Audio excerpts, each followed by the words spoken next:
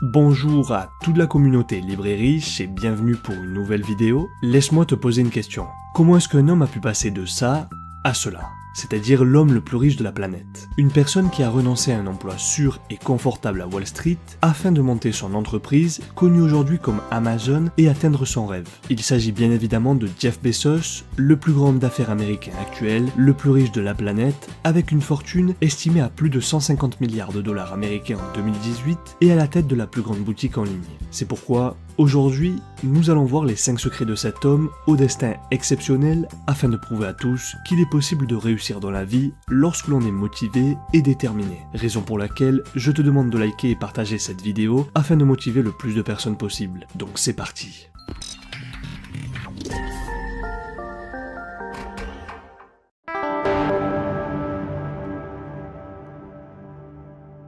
Te souviens-tu de la marque Nokia ? Cette société finlandaise qui dominait le secteur de la téléphonie mobile dans les années 1998 à 2011 et que tout le monde s'arrachait. L'entreprise était si rentable qu'elle contribuait à hauteur de 25% dans la croissance économique finlandaise. Toutefois, malgré le rachat de Nokia par HMD Global en 2016, cela ne fut pas suffisant pour rebooster les ventes, puisque considéré comme passé de mode et même has-been. Dans le même registre, te souviens-tu des téléphones BlackBerry ? Cette société canadienne, spécialisée dans la conception et la commercialisation de solutions sans fil pour le marché de la communication mobile.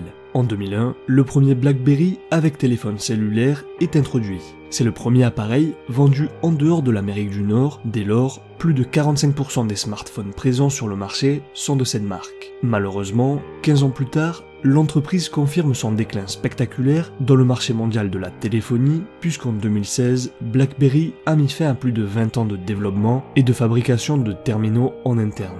Et qu'en est-il de Kodak ? Cette entreprise américaine, qui pendant près d'un siècle était une entreprise emblématique, un peu comme Coca-Cola ou McDonald's aujourd'hui. Cette société, bourrée d'innovations technologiques, a révolutionné le monde des appareils photo et pourtant, en 2012, la société se déclare en faillite. Voici donc 3 exemples d'entreprises qui dominaient le marché international, qui ont connu la gloire et une fois au sommet, ont dégringolé jusqu'à la faillite. Mais alors pourquoi de telles entreprises ont-elles coulé ? La principale raison n'est autre qu'un manque d'innovation. En effet, elles n'ont pas su rebondir à temps, elles n'ont pas su s'adapter aux changements et se renouveler en fonction de l'époque. De notre côté, nous avons Amazon.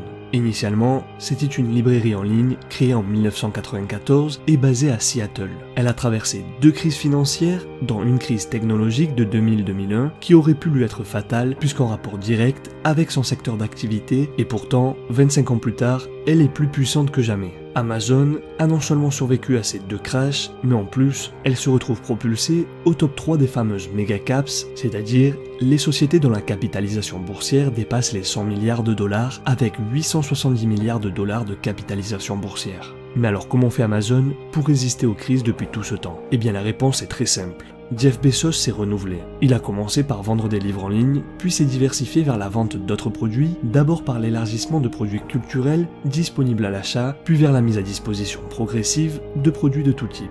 Aujourd'hui, sur Amazon, on peut trouver tout ce que l'on souhaite, même des produits alimentaires. Plus tard, Amazon a même commencé à fabriquer ses propres produits tels que l'Amazon Kindle, un livre électronique. Amazon est un géant imparable qui dispose de son propre service de messagerie, d'un domaine business livraison en un jour gratuitement, et en novembre 2014, le groupe a même commencé des essais grandeur nature de livraison par drone dans son centre de recherche de Cambridge au Royaume-Uni. En février 2015, aux États-Unis, l'autorité fédérale de l'aviation a rejeté le projet Prime Air Drone interdisant le vol des drones hors de la vue de leurs pilotes. Les drones étaient prévus avec une autonomie de 80 km et devaient pouvoir livrer des colis pesant jusqu'à 20 kg.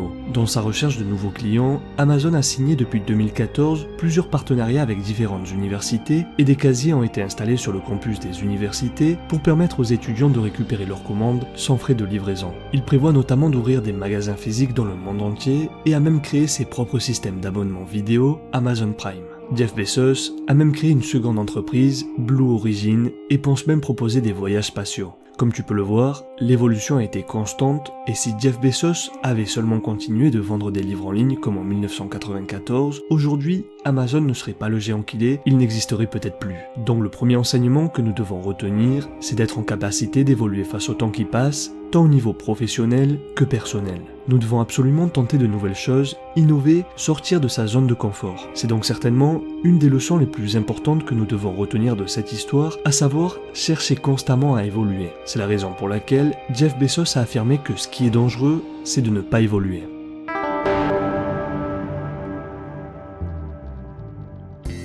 En fait, la force de cet homme est qu'il ne voit pas l'échec comme étant négatif, mais au contraire comme faisant partie du succès. Aussi, a-t-il l'habitude de citer que si tu décides que tu feras seulement les choses dont tu es sûr qu'elles vont réussir, tu laisseras de côté beaucoup d'opportunités. Et pourtant, Dieu sait combien des déconvenues il a subi durant sa vie afin d'occuper le statut d'homme d'affaires le plus riche de la planète. L'un des premiers échecs fut de trouver le nom de l'entreprise. En effet, avant d'être connu sous celui d'Amazon, Jeff Bezos l'avait baptisé Cadabra, vite dissuadé car s'apparentant trop à cadavre. Par la suite, il choisit le nom de Relentless.com, signifiant implacable, qui te redirigera d'ailleurs vers Amazon via Google.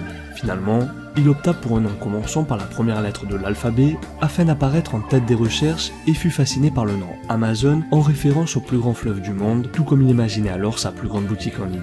Un autre échec fut l'intromission d'Amazon dans le monde de la téléphonie en 2014 et plus particulièrement l'Amazon Fire Phone qui fut un échec commercial en provoquant des pertes à l'entreprise de plus de 170 millions de dollars et la commercialisation de l'appareil cessa en septembre 2015. L'avant-dernier échec d'Amazon fut Amazon Destination qui mettait en place un portail en ligne dédié aux réservations d'hôtels et aux voyages en général. En 2015, Amazon a dû arrêter de fournir ce genre de service. Enfin, je ne sais pas si tu as déjà entendu parler du site Askville qui prétendait être une page internet de questions et réponses. Elle fut active de 2006 à 2013 et Jeff Bezos s'est décidé à la clôturer par manque d'utilisateurs. D'ailleurs, l'adresse askville.com renvoie maintenant aussi à la page web d'Amazon. Comme tu peux constater, l'homme le plus riche de la planète a aussi fait des erreurs, mais la seule manière de réussir, c'est de persévérer et croire en ses rêves et positiver car on apprend toujours de nos erreurs. Les personnes qui ont peur d'échouer agissent ainsi généralement pour 3 raisons. La première est la peur du rejet social, des amis, de la famille, l'entourage qui pourrait les dédaigner, arrêter de leur parler et même se moquer d'elles. La seconde est de penser qu'échouer les ruinerait économiquement parlant, et la troisième est de penser qu'échouer les bouleverserait émotionnellement. Au contraire, l'attitude à adopter est la suivante. Le risque d'échouer sera au contraire une excellente occasion pour reconnaître les vrais amis.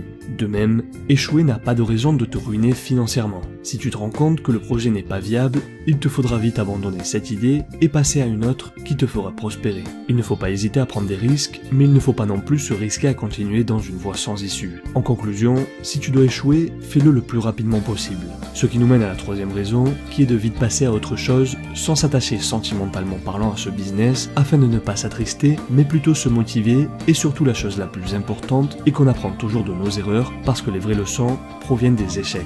Donc lorsque tu auras peur de démarrer un projet, souviens-toi toujours de Jeff Bezos, l'homme le plus riche de la planète, qui n'a eu de cesse d'échouer.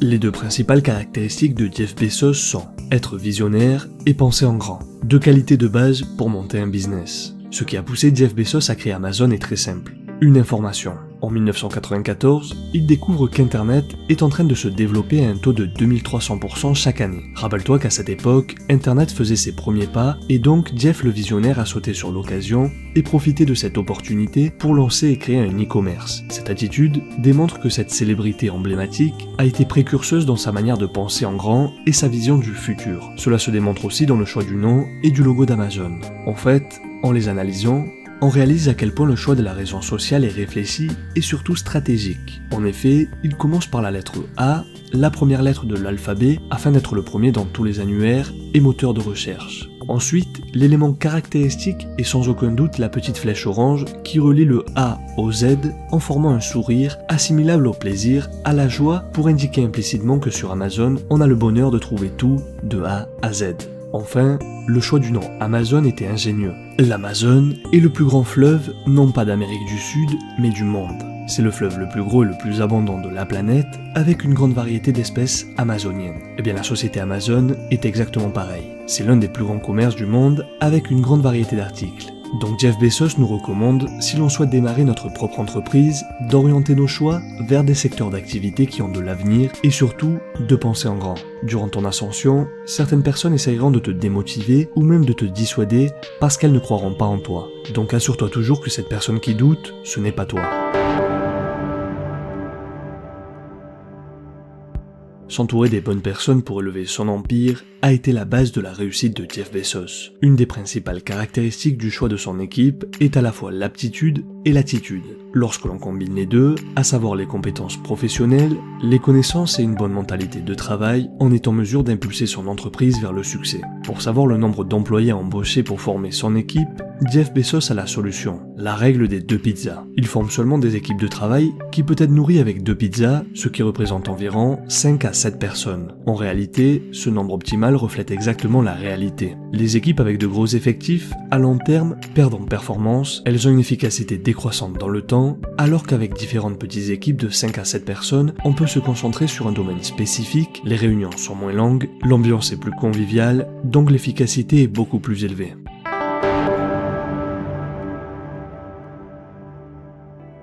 Enfin, le dernier conseil de Jeff Bezos est sans aucun doute sa qualité première, qui est la capacité à se concentrer sur une seule tâche. De nos jours, nous avons tendance à vouloir faire plusieurs choses à la fois. Par exemple, on tape un courrier sur notre ordinateur, tout en répondant au téléphone, faisant des photocopies, accueillant des clients et en étant sollicité et distrait par des collègues et les réseaux sociaux. Le problème, c'est que ce type de comportement impacte sur la productivité à hauteur de 40% et Jeff Bezos l'a bien compris. Aussi, il se concentre sur une tâche pour une efficacité optimale, la preuve étant sa réussite et fortune actuelle. À ce titre, une étude de l'université de Stanford vient corroborer ce conseil. Les individus qui sont constamment bombardés d'informations et qui sont multitâches ont plus de mal à prêter attention et se souvenir des informations. Cela peut s'avérer bien plus pernicieux puisque selon la même étude, cette attitude mal gérée pourrait faire baisser le QI jusqu'à 15% en plus de faire diminuer la productivité et de risquer de commettre plus d'erreurs. Donc la meilleure technique pour augmenter son rendement est d'organiser le temps en 2 blocs. Le premier est de lister les tâches à faire quotidiennement et y dédier un temps imparti à chacune d'elles, puis passer à l'autre, mais surtout ne pas faire les deux en même temps. Enfin, le second consiste à éviter tout type de distraction possible. Cela inclut le téléphone, les notifications chaque fois qu'un nouveau message arrive, un nouvel appel, une nouvelle mise à jour, etc. Il s'agit bien de différencier le temps de travail et le temps de repos afin d'être productif à 100%, car à vouloir tout faire en même temps, tu finis par ne rien faire. Voilà. C'est tout pour aujourd'hui, je te laisse réfléchir sur les stratégies que l'on vient d'aborder et te propose de me faire part de celles qui t'ont le plus captivé. Si tu souhaites rajouter un commentaire ou une anecdote, n'hésite pas à me donner ton avis. Comme tu le sais, je lis tous les commentaires et j'y répondrai avec plaisir. Si tu n'es toujours pas abonné à la chaîne, je t'invite à le faire et surtout, très important, active la cloche afin d'être le premier informé lorsque de nouvelles vidéos sont disponibles. Rappelle-toi que l'on reste en contact sur Facebook et Instagram, on se voit très vite pour la prochaine vidéo et rappelle-toi que la différence entre ce que tu es et ce que tu veux être réside dans ce que tu fais. Deviens libre et riche.